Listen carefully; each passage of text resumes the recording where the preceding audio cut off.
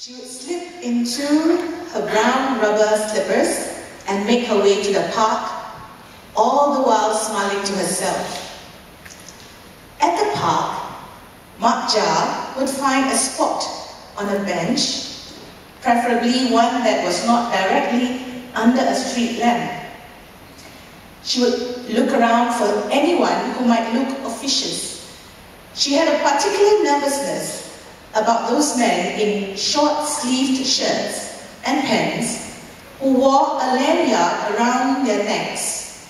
Attached to it would be a tag which she imagined being flashed in her face to demonstrate the person's power over her. Mak Jah would then untie her plastic bag and take out some sheets of newspaper to lay on the ground.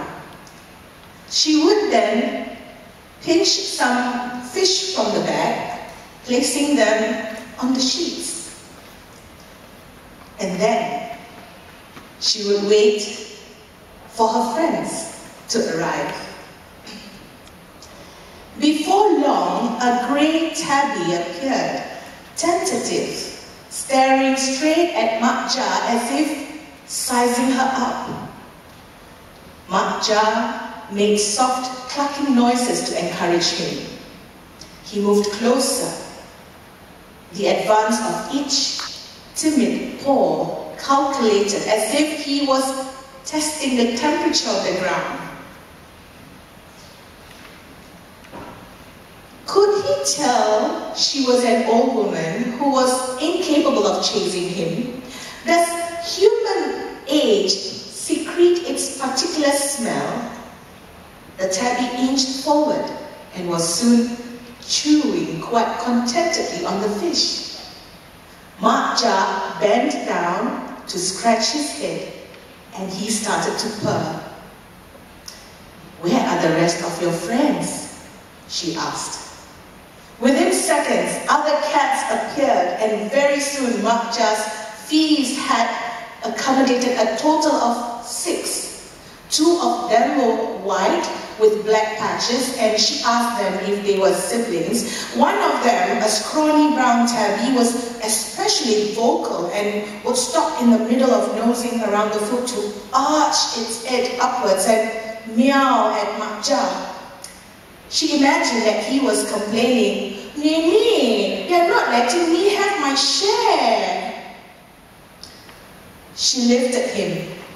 She found out it was a her, onto her own lap, reached into her plastic bag and fed her with her own hand.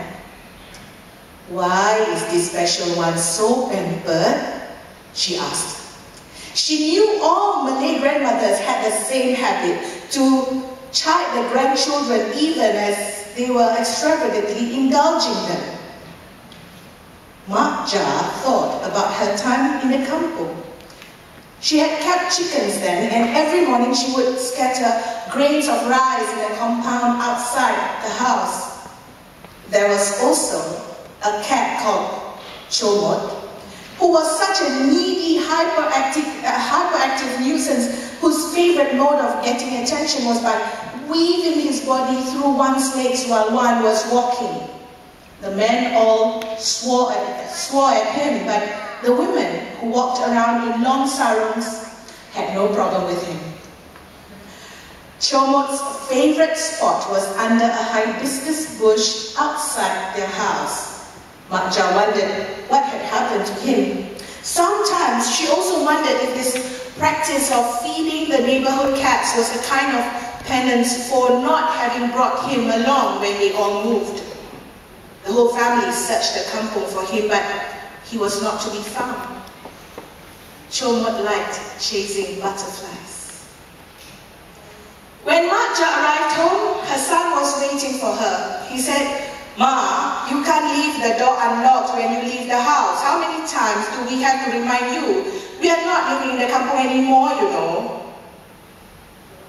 "I forgot," said Mak Jah, brushing past him into the